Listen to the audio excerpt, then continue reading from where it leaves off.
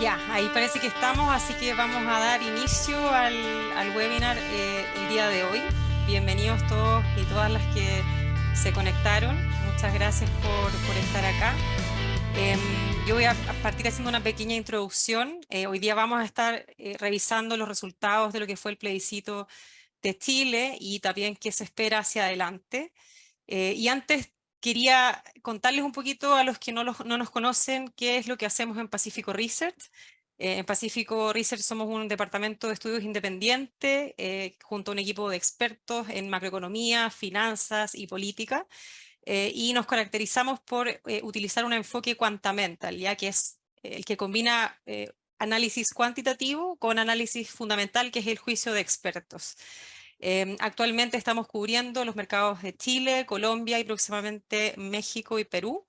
Y nuestro propósito es contribuir a posicionar a Latinoamérica como un jugador relevante en los mercados financieros globales. Nuestros clientes por lo general provienen del mundo financiero, tales como bancos, AFP, family offices, compañías de seguro, administradoras de fondos.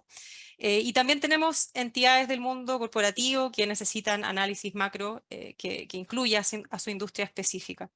Dentro de los servicios que ofrece Pacífico están las proyecciones de inflación, de tasas, de análisis coyuntural, y también hacemos presentaciones mostrando nuestro view macroeconómico y político de las economías latinoamericanas y con un enfoque en el país en el que estemos trabajando, principalmente Chile y Colombia.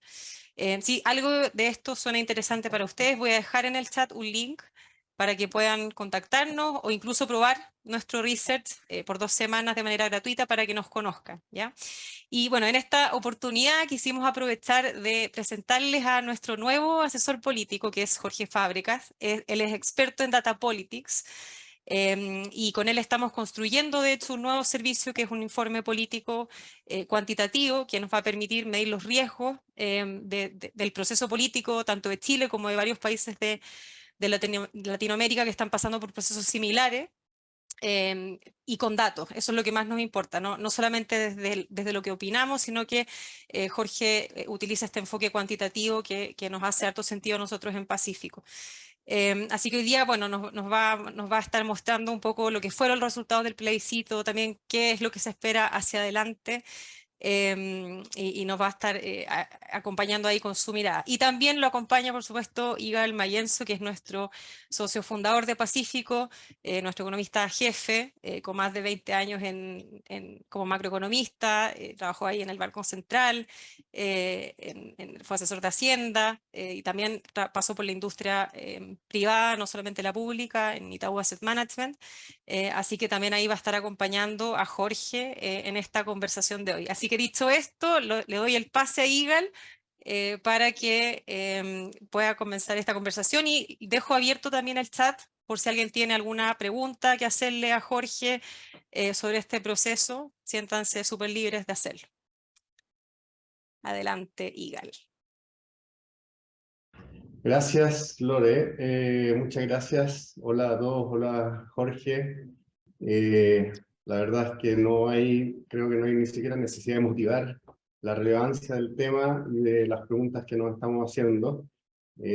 Todos conocen lo que ha venido pasando y nuevamente tenemos un resultado sorpresivo respecto de este proceso que se inició con el estallido social en Chile en octubre del 2019, un resultado que muy pocos vaticinaban, donde la opción de no aceptar el texto constitucional propuesto por la Convención ganó con un margen muy importante, y más que interpretar o tratar de racionalizar lo que pasó, creo que la pregunta más relevante que uno quisiese hacer en este momento es: ¿qué aprendemos de esto respecto de lo que pudiese venir en adelante? ¿Qué nos está diciendo?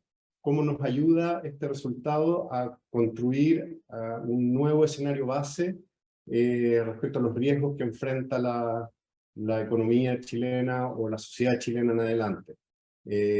Jorge, ¿qué nos puedes, digamos, decir al respecto? Bueno, gracias, Iker, digamos, por la invitación, no solo a esta jornada, sino a contribuir al nombre de Pacifico Research, ¿ya? Desde análisis desde la política eh, y de los datos. Mira, eh, yo, yo creo que hay que partir un paso atrás, porque cuando tú mencionas que fue sorpresivo, la pregunta es exactamente qué fue lo sorpresivo. Y lo sorpresivo, a mi juicio, fueron dos cosas. La cantidad de personas que realmente fue a votar, ¿ya? No teníamos ningún indicador claro de cuántos iban a votar. Había algunos escepticismo de que, total, llevamos 10 años de sistema voluntario y a mí no me van a multar si, no sé, 1 millón, 2 millones de personas, no van a multar a 1 millón, 2 millones de personas. Entonces existía como esa idea en el aire, pero no, la gente fue, todo el que podía haber votado, votó, ¿ya? Y el que no, son los 500.000 que se excusaron en los retenes, digamos. Entonces esa es la primera sorpresa. Y la segunda sorpresa, evidentemente, fue el porcentaje, ¿ya? Eh, que no da espacio a lo que suele suceder después de una votación, que no se pierde, sino que se explica. En este caso, por los partidarios del apruebo, no hay dónde agarrarse para explicar, ¿ya? Es una derrota en todos los frentes, digamos, ¿ya? Entonces, esas son las sorpresas, pero lo que no era sorpresa, Igual, es que esto no iba a funcionar, ¿ya? Y eso lo vimos claramente, y los datos ahí nos ayudan a mirarlo, y eso me llevó a mí y a algunas personas con las que uno hace estas reflexiones, digamos, a ver que cuando empezó en febrero el proceso de escritura, iba a ser un proceso que iba a fallar. ¿En qué sentido fallar? En el sentido de que no iba a lograr altos consensos, y que sea lo que sea que se presentara, iba a haber una competencia por qué era más reformable, si la actual constitución o la propuesta. Y ese proceso fue el que vivimos entre marzo, abril, mayo, junio, julio, ¿ya? Y que terminó en agosto con una rebaja de quórum de la actual constitución, y con los distintos apellidos del apruebo asociados a reformar, implementar, etc. ¿Ya? Entonces, mira, yo no tengo una... ¿Sí? Muestra, sí, porque te iba a preguntar cuando tú dices que lo amplio que fue, me imagino que te refieres más que al porcentaje mismo, sino a lo que, digamos, todos vimos que hay fue a lo largo de todo Chile, distintos grupos etarios, cosas de ese tipo. Claro, mira, otras dos cosas primero. Déjame acá para responder directamente viendo mi pantalla, ¿no es cierto? Bueno, como sabemos, es esencialmente un 62% de rechazo. Pero cuando uno va y hace cortes de la población del país por segmentos en que uno debería esperar, por toda la discusión que se dio y por varios de los contenidos que tenía la propuesta, que tendrían que tener mayores apoyos, lo que pasa es justamente lo contrario, tuvieron menos apoyo en la propuesta. Entonces, por ejemplo, las zonas que hay alta ruralidad, no fue 62%, fue casi 73% de rechazo. En las zonas de bajos ingresos no fue 62, fue 75% de rechazo. En las zonas donde está más concentrada la población indígena, 72% de rechazo. Y como ustedes ya vieron, todos han visto en las distintas documentaciones que han mostrado los resultados a nivel país, solo en 8 comunas de todo el país, ubicadas acá en la región metropolitana y en la quinta región, ganó la prueba, y cuando ganó no fue por mucho. Entonces, tratar de buscar la explicación de este fenómeno, creo yo que puede ser inoficioso. Lo que más relevante, ¿por qué digo por qué puede ser inoficioso? Porque vas a encontrar historias de todo tipo. ¿ya? Una historia, por ejemplo, muy particular y que generó mucha ruido en redes sociales es la de Pelarco, y hay un muy buen reportaje, esto es lo cualitativo que quiero comentar, y ahí me detengo, ¿no? Que salió en un diario, La Tercera, y la verdad es que cuando tú lees el reportaje, más allá de, digamos, de los titulares, al final de cuentas, las personas de Pelarco que iban a tener acceso a un texto que les decía que iba a tener acceso al agua, que es lo que más falta en la zona, rechaza. Y rechaza en una comuna donde ganó Jadwe. ¿Y por qué rechaza? Bueno, porque toda la estructura, digamos, de lo que ellos sentían amenazado tenía que ver con su condición de chilenidad rural. Ellos sentían eso. Entonces, y esa historia es particular de Pelarco, en otras ciudades del país serán otras, y entonces tratar de buscar una variable que sea la principal o explicativa con estos niveles digamos, de rechazo transversal en todo el país, yo creo que es inoficioso. Por eso, más importante es intentar entender por qué estructuralmente esto no iba a funcionar y por qué estructuralmente esto va a continuar por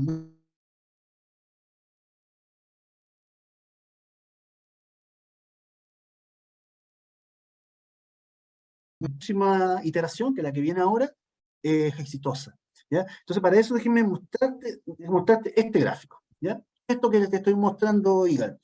Ya. Ya, esto que está acá es la comparación entre la distribución ideológica de la convención y la distribución ideológica de la Cámara anterior. La actual es similar, ¿ya? Pero a la anterior, o sea, a la que terminó el 2022. ¿Ya? Pues explícanos un poquito Entonces, qué es lo te que explico metodológicamente, qué es lo que estamos viendo, digamos, muy un problema. brevemente. Muy brevemente, mira, te explico la intuición. Nosotros podemos saber lo que prefieren las personas. Una manera de saberlo es porque la revelan en sus acciones, ¿no? Entonces, cuando se trata de política, podemos saber en qué postura ideológica se encuentran a Lo que partir de las llamamos decisiones que van preferencias tomando. reveladas. Exactamente, preferencias Perfecto. reveladas. Entonces, Ok. la gracia es que eso lo puede hacer por cualquier persona, digamos, pero la gracia de hacerlo con cuerpos colegiados es que ellos están haciendo esas acciones todos al mismo tiempo sobre el mismo tema. O sea, todos están votando por las mismas leyes o los mismos textos. Y entonces tú puedes ubicarlos ideológicamente unos al lado de otros en función de qué tan parecido es cómo ellos se comportan. Y después de hacer esa estimación, que no, esa parte sí que no les voy a dar la lata, digamos, No, pero no es cuando tú necesario.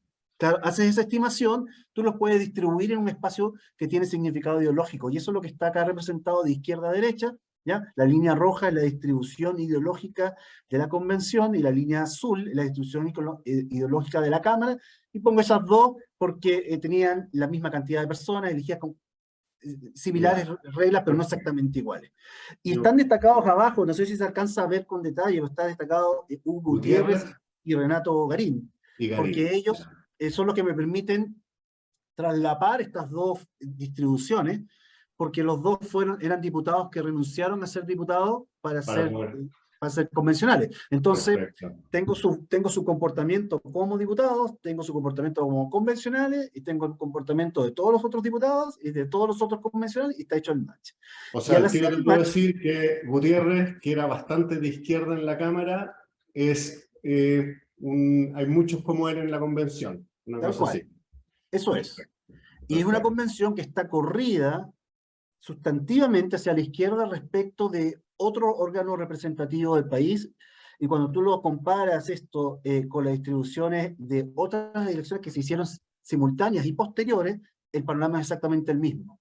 Entonces, lo que iba a surgir de la convención, al menos que los que estaban allá adentro fuesen profesionales sofisticados de la política, dispuestos a renunciar a sus identidades para tratar de alcanzar un texto compartido, al menos que eso hubiese pasado, lo que iba a pasar ahí iba a ser, iba a dividir, ¿ya? Y eso fue lo que pasó, ¿ya?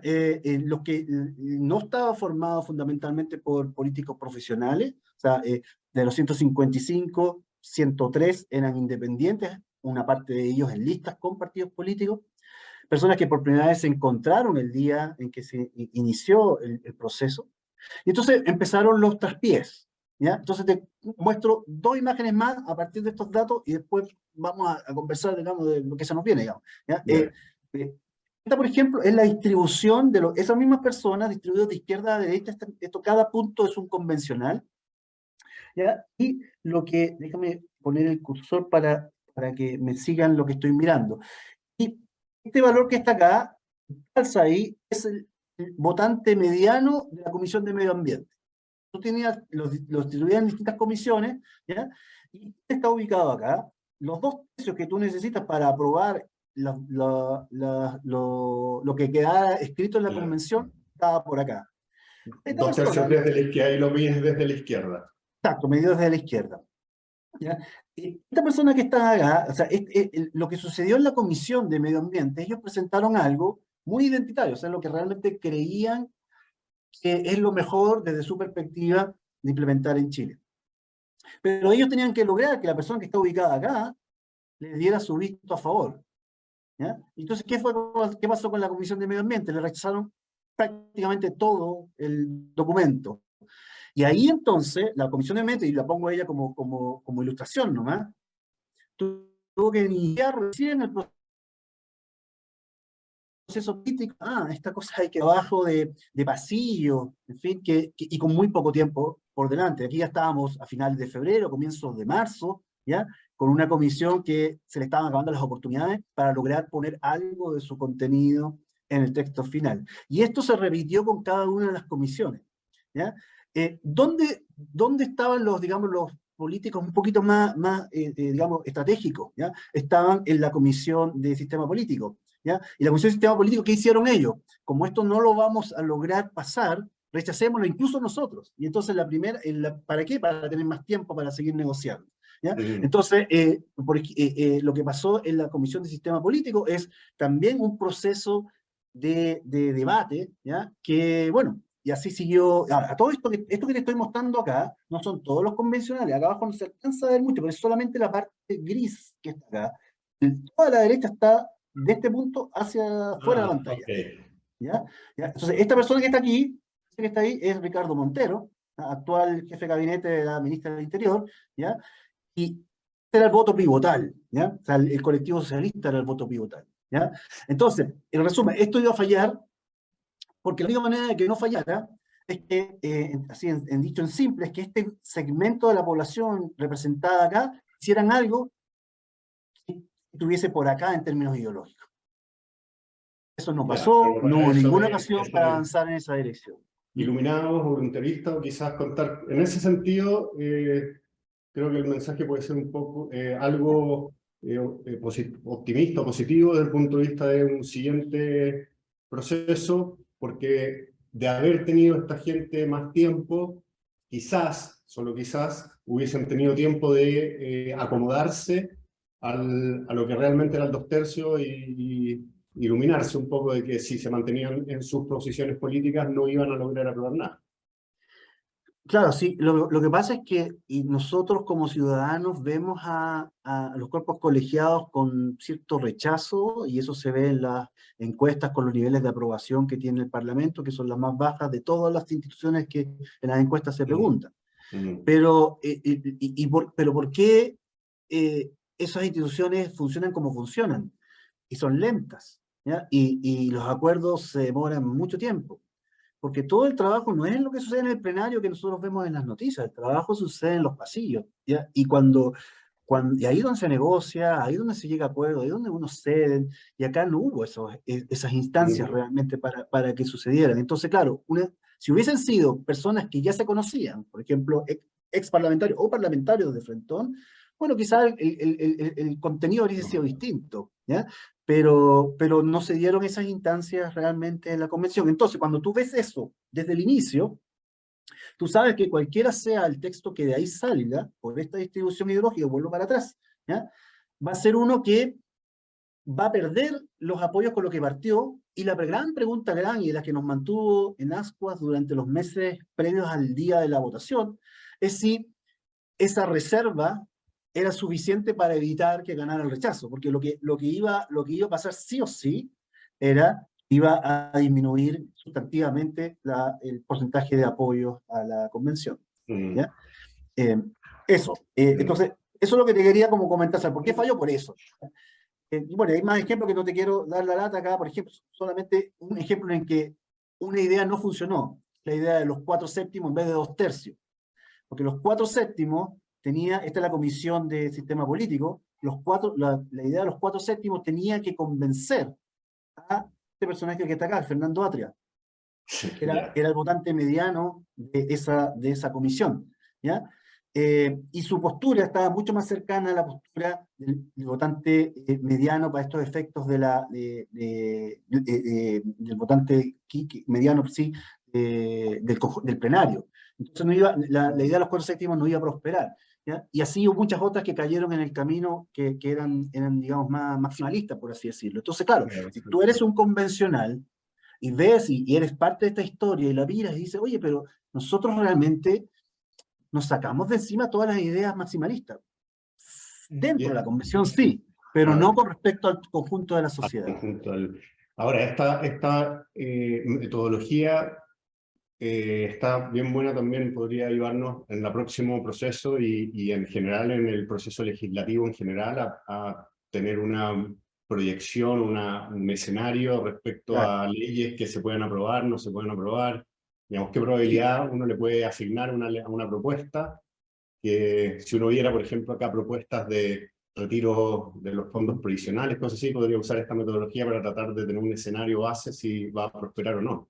Claro, y además mira, aunque no venía preparado, tengo un par de láminas sobre eso. Mira, acá está, ¿ya? Y después te tengo un par más. Acá simplemente para ordenar. Este es nuestra actual Cámara y nuestra actual Senado, ¿ya? Cámara Alta y Cámara Baja, ¿ya? Con la reforma que se aprobó un par de días antes de la votación, de rebajar los quórum a 4/7, lo que se necesita, si tú mides desde el que está más a la izquierda en el Senado, que es Cecilia Campillay, no, ¿cómo se llama la senadora? Bueno, la Campillay, ¿no? ¿Sí? Sí, yo creo. Bueno, desde ella, tú mides 4/7 hacia acá, tú vas a terminar en algún lugar de RN, que ya les voy a mostrar dónde. Y si partes del otro lado, tú terminas en un lugar de la democracia cristiana, para lograr 4/7 de personas que están lógicamente más cerca uno de otro para juntar 4/7. En la Cámara Baja, también terminas en RN, partes desde la izquierda, y si partes desde la derecha, vas a terminar en el Partido Radical, ¿ya? Entonces, aquí cambió la cosa, porque para poder lograr aprobar algo, tienes que cruzar el río ideológico chileno de izquierdas y derechas, ¿ya? Tienes que pasar para el otro lado, ¿ya? Para poder llegar a acuerdos. Y si tú entras un poquito más de detalle en esto, acá están los datos, digamos. Estos son, cada punto es un diputado en este caso, ¿ya? Entonces, todos estos puntos, imagínate los proyectados en la línea de abajo, que es la línea izquierda-derecha, ¿ya? Y acá están los 155 diputados, ¿ya? Entonces, si tú mides desde arriba hasta los 4/7, el personaje, digamos, que sería como pivotal es Tomás Lagomarsino. Si mide desde la izquierda hacia la derecha, Hugo Roy, de RN, ¿ya? Entonces, lo que uno puede hacer con esta metodología, esto es simplemente usando todos los votos que ellos han emitido desde que empezaron en marzo, ¿ya? El primer voto fue el 15 de marzo, hasta el último voto de ayer, ¿ya? O antes de ayer, el último que haya sido, digamos. Y obviamente esto se va actualizando porque no solamente está en juego las preferencias, sino el tipo de problema específico que se está debatiendo. En algunos temas alguien no vota igual que su partido, por ejemplo, ¿ya? Y te voy a mostrar algo más de eso, pero antes de mostrarte el Senado. Esto es lo mismo, pero en el Senado. Entonces, del Senado, para lograr los 4/7, partiendo desde la derecha, tienes que llegar hasta Iván Flores. Y partiendo desde la izquierda, tienes que llegar hasta Francisco Chaguán. Y en ambos casos tienes que cruzar el río. Entonces, el proceso de lo que viene ahora va a ser un proceso complejo, porque lo que se tienen que poner de acuerdo son gente que realmente piensan distinto. ¿ya? No lo que nos pasaba en la convención, en el que hay matices dentro del grupo mayoritario que estaba en la convención. Ahora, por ejemplo, tú dices ya, ok, vas a tener que lograr llegar hasta, si partes desde la izquierda hasta Francisco Chaguán, ¿ya? Entonces dices RN, entonces tú te puedes preguntar, ok, pero ¿qué tan cohesionada es la forma de actuar de los distintos partidos? Entonces te pongo solamente como ilustración para el Senado, esta es la dispersión al votar, digamos, ¿cuántos los miembros de un mismo partido que están en el Senado, qué tan, digamos, desordenados son? Mientras más chica la barrita, son más disciplinados. Bueno, y RN, entre los partidos clásicos, digamos, es el más desordenado, entonces tampoco las vas a tener fácil, ¿ya? De que, no sé, tengas el voto de Chaguán, pero quizás no de alguno de sus correligionarios, ¿ya? Entonces lo que se nos viene es un periodo en buen chileno, la batalla del Congo, ¿ya? Para lograr acuerdos, y por eso vamos a... solamente aquel que le gusta el vértigo, vea las noticias, a ver si se pusieron de acuerdo, porque a la tarde ya no van a estar de acuerdo como pasó ayer, digamos, y así vamos a estar mucho tiempo, ¿ya? Con nuestra Cámara y nuestro Senado. Eso es importante, digamos, tomar nota, porque no ser uno tan volátil como lo que está viendo, sino que filtrar un poco que eso es lo esperable hasta que se decante un acuerdo.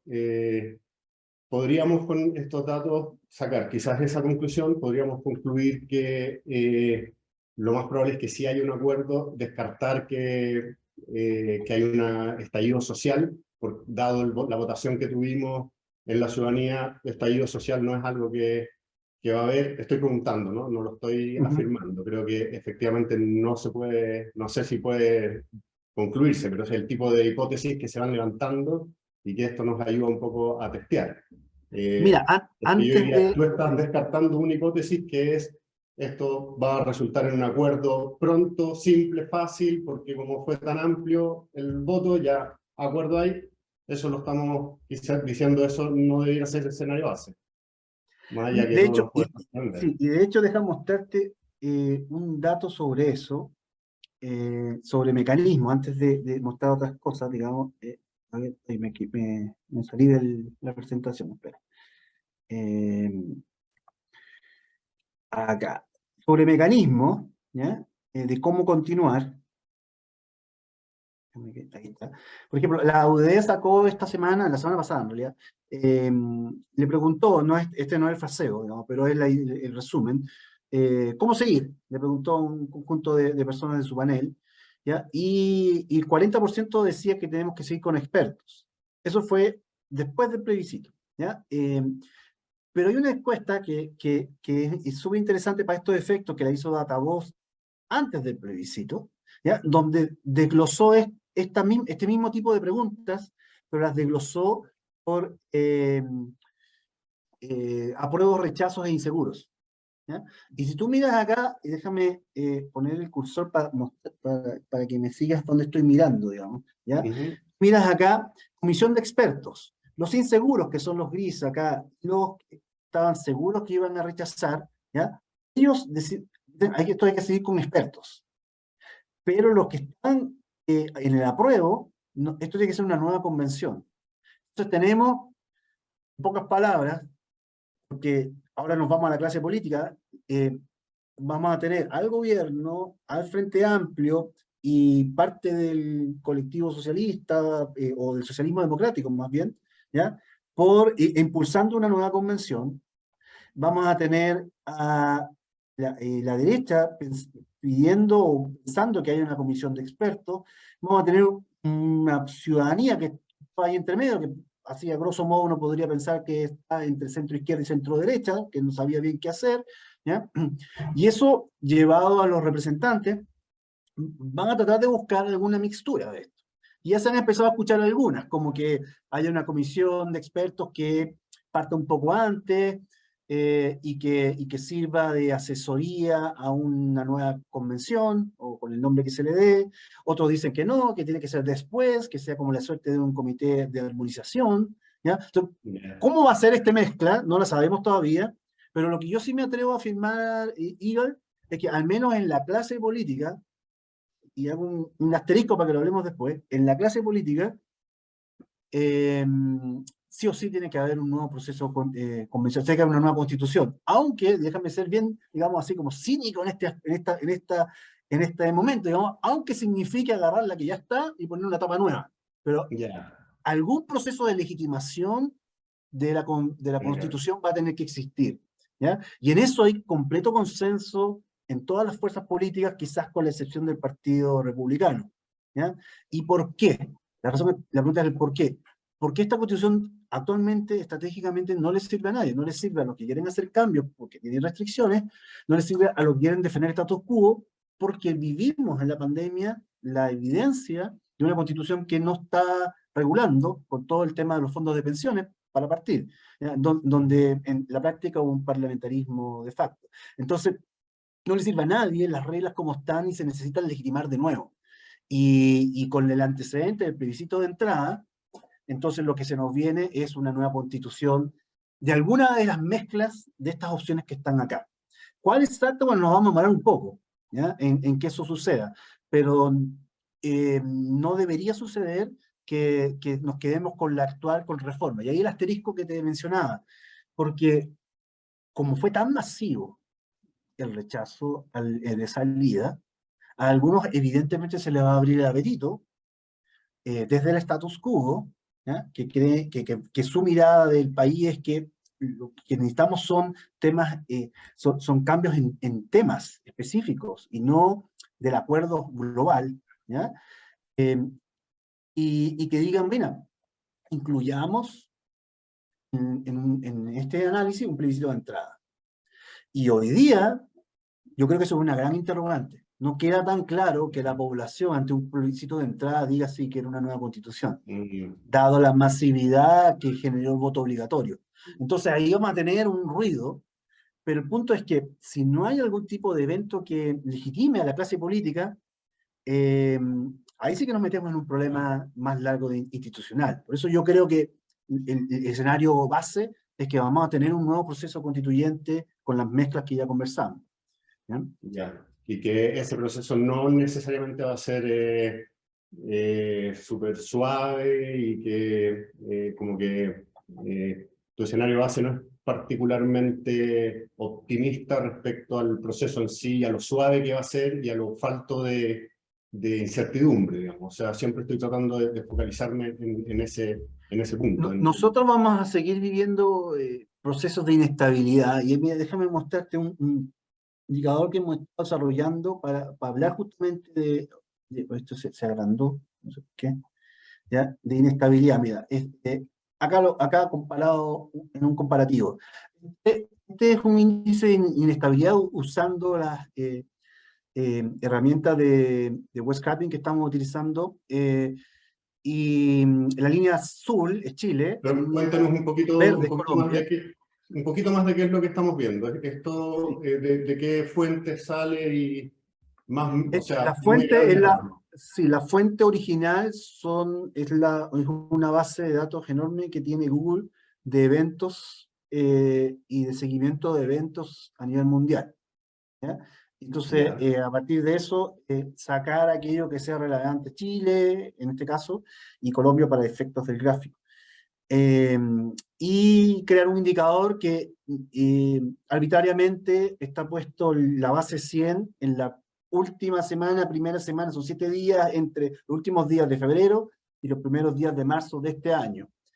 ¿Por qué elegir ese día en el caso chileno? Bueno, para efecto analítico puse también el de Colombia con la misma idea.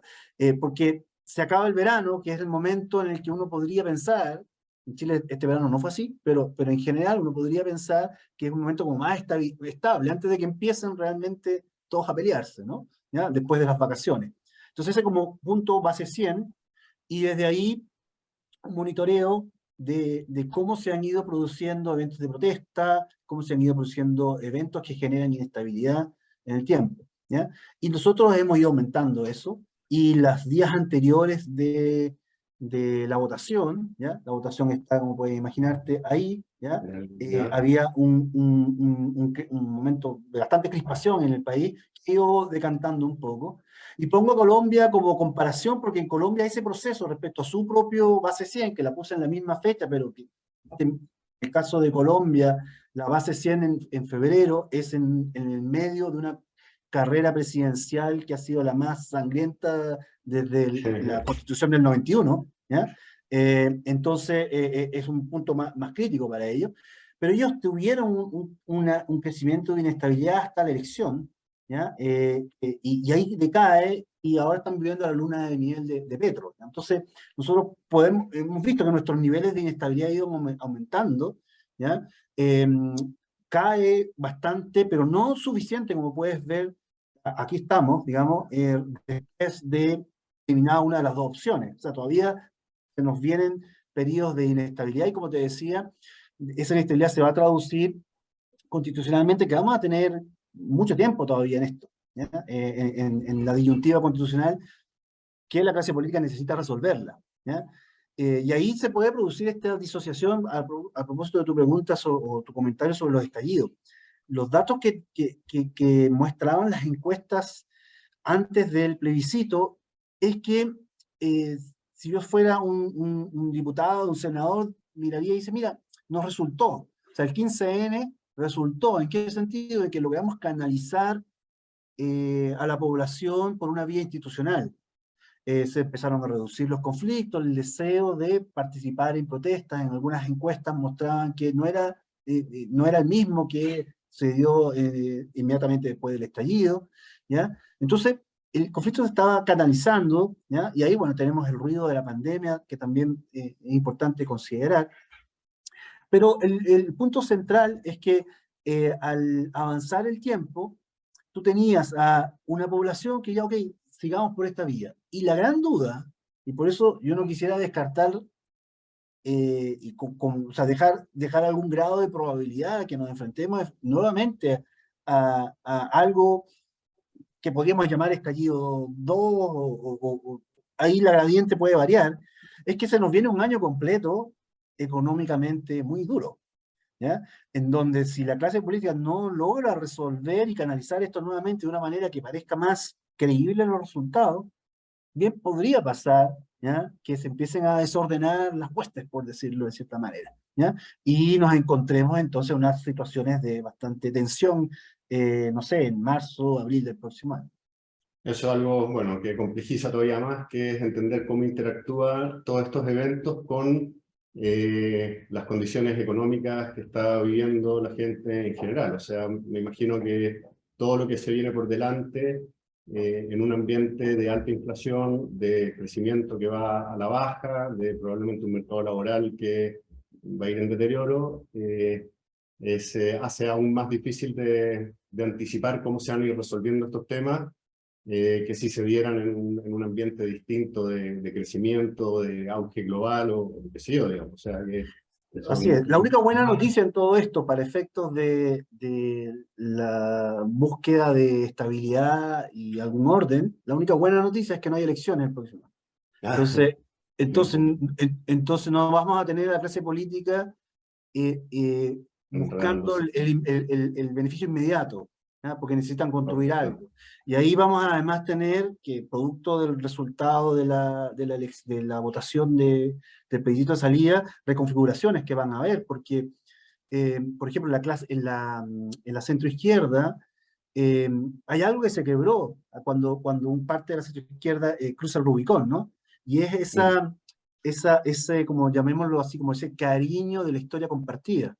Es lo mismo que es del mismo nivel simbólico que el sí y el no, ¿ya? Entonces tú empiezas a buscar tus afectos, y estoy hablando no nosotros como ciudadanos de a pie, sino los actores políticos, con quien construir algo, con aquellos que tomaron decisiones similares a las tuyas, y en eso la centroizquierda está dividida, ¿ya? Y vamos a ver probablemente o una declinación en la pelea, por ejemplo, para ponerlo bien en concreto, dentro de la democracia cristiana, por quién se queda con el mobiliario, ¿ya? Si los que estuvieron por el apruebo o por el rechazo, o un decantar, como ya está pasando en algunos partidos, de que se van y a tratar de armar algo nuevo, ¿ya? Entonces ese proceso también lo vamos a estar viviendo en los próximos meses.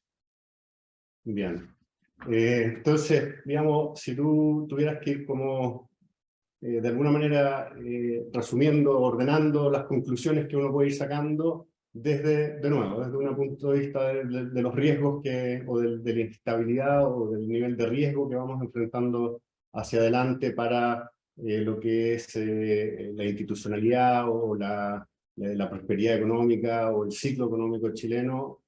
¿Cuáles, digamos, tú sacarías los 3, 4 puntos, 2 puntos que debiésemos tener Mira, considerado en nuestro escenario base, y qué tan incierto es todo en torno a este escenario base? O sea, qué tan abiertos tenemos que estar a pensar que podemos estar bien pifiados en lo que estamos viendo, porque hay cosas más fáciles de anticipar y de entender y desmembrar, que los datos nos ayudan más, y otras cosas que donde los datos, y tenemos un montón de hipótesis y no tenemos mucho cómo resolver hacia adelante.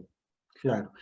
Mira, a ver, todo esto es relativo al punto de partida que cada persona que nos esté escuchando tenía, digamos, ¿ya? Entonces, bajo ese prisma, si en una escala de 1 a 5 veía una inestabilidad de 4, bájale un poquito, pero no demasiado, ¿ya? Porque todavía está sin resolver algo que necesita ser resuelto a nivel del sistema político, aun cuando a nivel de la población quizás esté hastiada y no quiera saber más de esto. El sistema político necesita ser resolutivo, ¿ya? Necesita performatividad, necesita mostrar que nos saca del problema, ¿ya?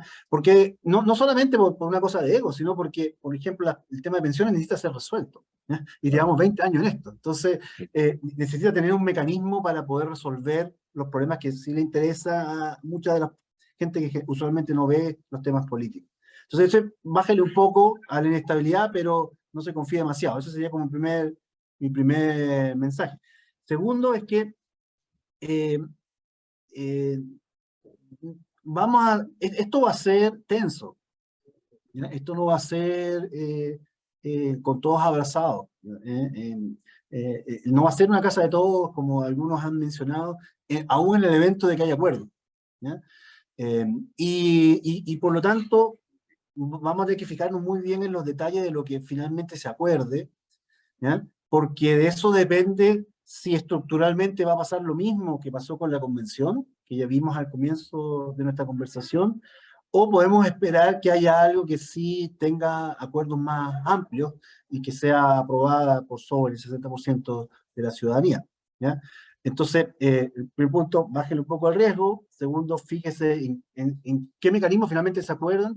No se ponga alegre y no se ponga triste, porque un día dicen que están de acuerdo y al día siguiente no. Espere la foto estilo 15N, 15 de noviembre del 2019, antes de siquiera pensar en cómo se nos vienen las cosas, porque hasta que no esté esa foto, en que tú tienes personas de los distintos colores políticos sentados, representantes de la ciudadanía en el Parlamento, diciendo, a esto llegamos y por aquí nos vamos, esto es una bolsa de datos, en pocas palabras, ¿ya?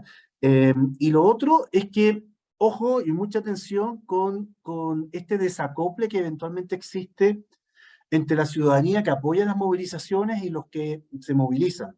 Porque lo que vamos a seguir mirando, y ya algo de eso ha empezado a suceder después del plebiscito, es que hay grupos que estuvieron muy activos, movilizados desde el estallido y posteriormente se fueron apagando, que se están revitalizando. Y que detrás de ellos tenía una gran contingente de la población que o lo miraba con simpatía o hacía la vista gorda de muchas de las cosas que estaban pasando en términos de violencia en la ciudad. Pero no está tan claro que esa digamos, complicidad subsista, ¿ya? Entonces la pregunta es efectivamente si eso va a continuar, porque si subsiste ante problemas económicos que sabemos que vamos a tener en meses más, bueno, efectivamente ahí puede haber espacio todavía. Yo le pongo menos riesgo que, no sé, que el 30 de octubre del año pasado, ¿no? Menos riesgo institucional, ¿ya? Pero hay un riesgo institucional sin duda ahí. Pero no cero.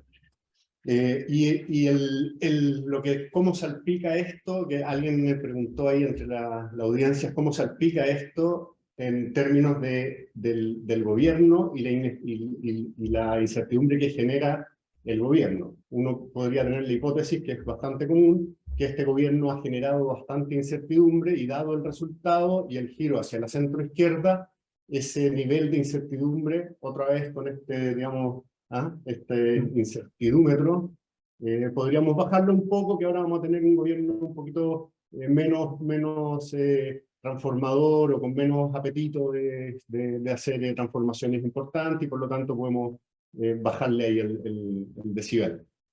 Bueno, eso fue un poco el mensaje que quiso instalar el presidente la misma noche del plebiscito y con las decisiones de cambio de gabinete 2 días después. Esencialmente un giro hacia el socialismo democrático en roles principales. Pero no fue un gesto de total convencimiento, a mi entender. Cosas importantes que pasaron al mismo tiempo es que compensó a aquellos que perdieron en este proceso, ¿ya? En particular, como ideario político, al Partido Comunista pierde bastante porque había sido un articulador importante, el texto de la convención, y lo compensa con cosas que van a tener importancia más adelante, con la Subdere, que es de donde se administran los recursos que van a los municipios. Entonces, y busca ahí un balance para tratar de mantener este orden, estas dos coaliciones que están unidas, pero no con mucha amistad entre ellas. Entonces, la inestabilidad en el gobierno es importante. El gobierno, si hace lo que a mi juicio debería hacer, es hacer el duelo rápido para poder gobernar. Pero está difícil que lo haga, porque creo que todavía persiste en gran parte de la cohorte que hoy día, etaria, que forman los principales posiciones de poder, una creencia que interpreta el resultado todavía como buscando explicaciones del tipo fake news, del tipo de aquí hubo un problema que está fuera del contenido de lo que finalmente se propuso, y que no tenía nada de estructural, ninguna falla estructural, como yo acabo de tratar de transmitirles, digamos, que había una falla estructural, esto se veía venir, digamos, y aunque ganara el apruebo por 5%, o sea, esta situación en la que estamos era la situación que tenía que pasar. Entonces el gobierno va a estar debilitado, no va a poder hacer todas las reformas que proponía, y si hace esa dosis de pragmatismo, puede tener un buen pasar, terminando con eventualmente hacer de una nueva convención su carta de triunfo. Pero, en pocas palabras, acá va a haber de nuevo una disputa que ya estaba cerrada cuando se eligió a Gabriel Boric sobre los 30 años. ¿Ya?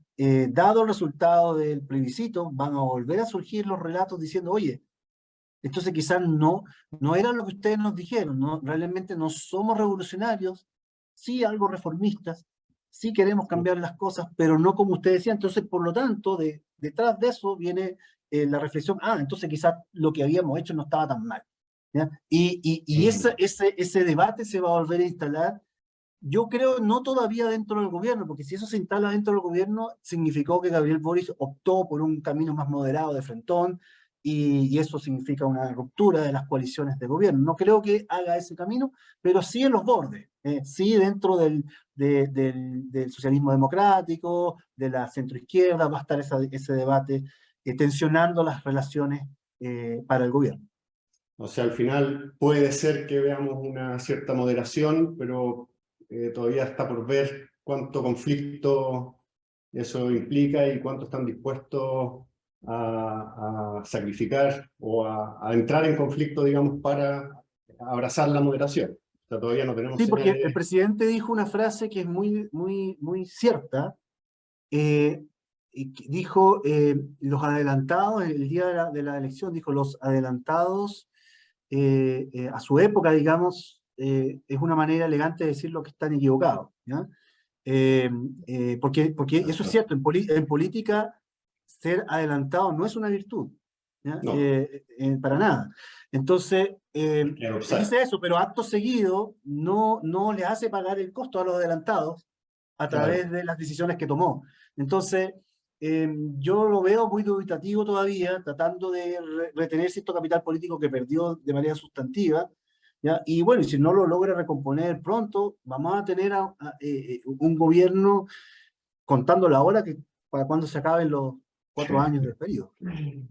Bueno, mira, uno queda, a ver, quizás uno lo que quisiera es tener certidumbres y saber que esto se va a resolver de manera A, de manera B, saber qué hacer y todo, pero como están dadas las cosas, lo que uno va viendo es que todavía queda mucho por resolver, mucho paño por cortar. Aparentemente podemos ir bajando un poco nuestra percepción de riesgo y incertidumbre hacia abajo, pero un poco, y muy alertas a las cosas que todavía quedan por pasar, muy pronto para calibrar realmente bien.